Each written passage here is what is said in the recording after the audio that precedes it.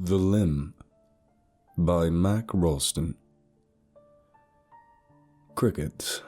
About what I expected from Em, but tonight they were literal, and all around us. Finally, though, she spoke up. "How am I supposed to see him if he's in it?"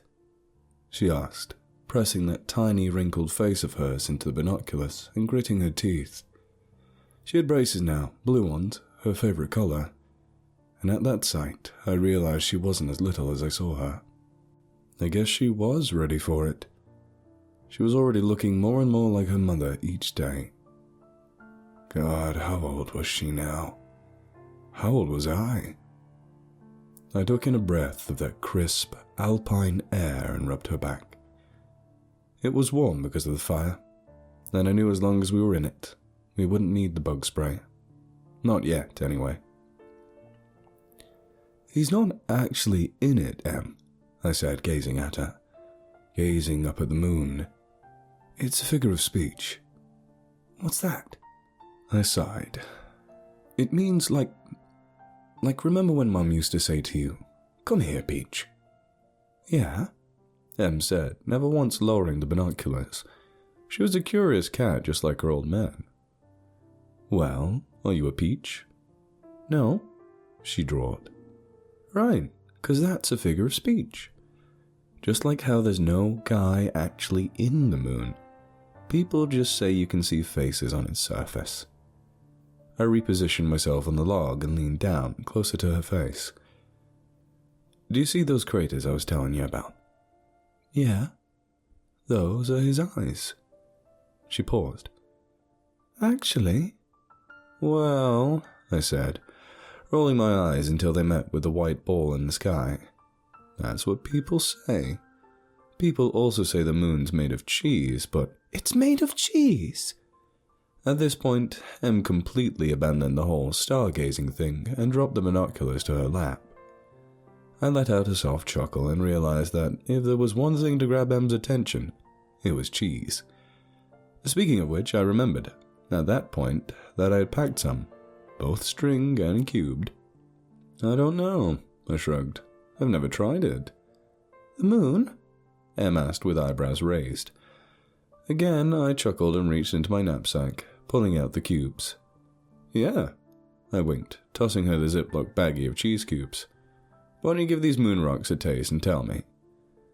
A slick smile crossed Em's face as she popped open the bag and shoved a handful of moon rocks into her mouth. I grinned. "Cheesy?" She nodded delightedly. I leaned back some, careful not to force the moss-smothering timber to roll out from under me. Peered up into the night sky, as only the crickets, crackle of the fire, and my daughter munching on cheese filled the silence that was otherwise deafening. There was hardly any light pollution up there, and the only glow to be seen was that of the milky moon and maybe a handful of fireflies. I sighed. It was now time for the dreaded talk. The talk. The whole reason I'd brought Em out here. I wish Mum could have been here to tell you this, but... "What?" She cocked her head like a bird. I shook my long face and couldn't help but roll my eyes as the slight smile smeared across it. Victoria was so much better at these types of things. "Well, you're getting older, Em, and..." A flash of light streaked across the sky. Em looked up and immediately pointed a finger into the dark clouds looming overhead. A second later, a second finger formed a peace sign, and she continued verbally. 3, 4... A crack of thunder boomed somewhere in the distance. Em's hand wadded into a fist, then she turned to me. 4 miles away, Dad," she said. I nodded down at her. "Em, you're getting older and..." I started, still looking down at her. And well, I'm proud of you." I checking out. "Thanks, Daddy," she said. I nodded and stood just as another flash shone through the trees. Again, Em started counting. 1, 2... A rumble of thunder shook the ground, and I immediately threw my head over my shoulder and eyed the tent. "I think we should call it a night," I said, turning back to face Em. She was already nodding in agreement, so I hoisted her up, carried her inside, and zipped her all cozy into her sleeping bag, which was blue, of course. She yawned and whispered, "Good night," to me as she turned over. And again I rubbed her back as another flash and roll of thunder ricocheted through the forest. Before I hit the sack myself, I stuffed the Ziploc of marshmallows into my knapsack and carried it off into the tree line, about 200 feet away from the fire.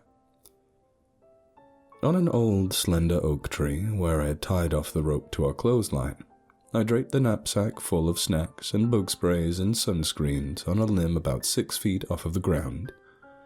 If there were any bears or critters around, I was going to lead them straight back to our camp.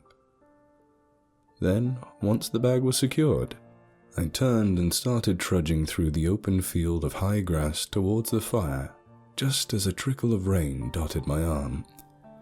I took a final, defeated glance back at the line of nearly dry clothes at the forest edge and shook my head, realizing I was going to be sporting my pajamas on the hike back to the car. I woke in a hot sweat. Flushed, I unzipped my bag and sat up, the top of the nylon fabric grazing my forehead, which was caked in sweat and draped in my bedhead. I immediately felt the cold stream of rainwater bleed through the fabric and onto my scalp, and I fell back onto the ground, into the sultry sleeping bag. I shot my hand across the dark to feel for Em, and that's when my nightmare manifested. She wasn't there. I unzipped the tent and thrust myself into the pattering rain, flashlight in hand, binoculars swaying from my neck. I looked around. The fire was nearly out, and all the fireflies were gone. I called out to her. "Em! Em!" No response. I got louder, not caring if any bears heard me. "Emma! Peach!" I was only met with a distant grumble of thunder. Not even the crickets accompanied me now. I took a step forward, closer to the dying fire, and flicked my flashlight on, aiming it at the muddy ground. It was littered with cheese string.